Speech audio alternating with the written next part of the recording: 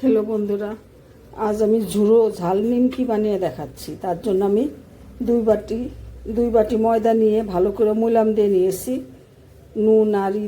নুন, কালো জিরা দিয়ে আর তেল দিয়ে ভালো করে মৈলাম দিয়ে নিয়েছি। এখন মেখে নিয়েছি, জল দিয়ে ডো বানিয়ে নিয়েছি। এখন ছোটো ছোটো নিমকি কেটে আমি ভেজে নেব। দেখতে থাকো, নিমকিগুলো কেটে আমি ভেজে নেব।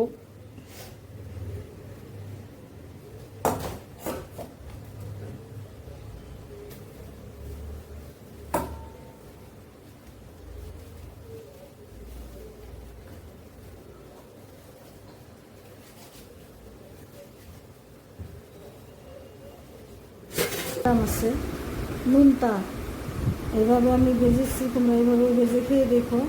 আর যদি রেসিপিটা ভালো লাগে অবশ্যই কমেন্ট করে জানিও। আর আমার চ্যানেলটা সাবস্ক্রাইব করে আমার সাথে থেকো। ধন্যবাদ বন্ধুরা, তোমরা সকলে ভালো থাকো।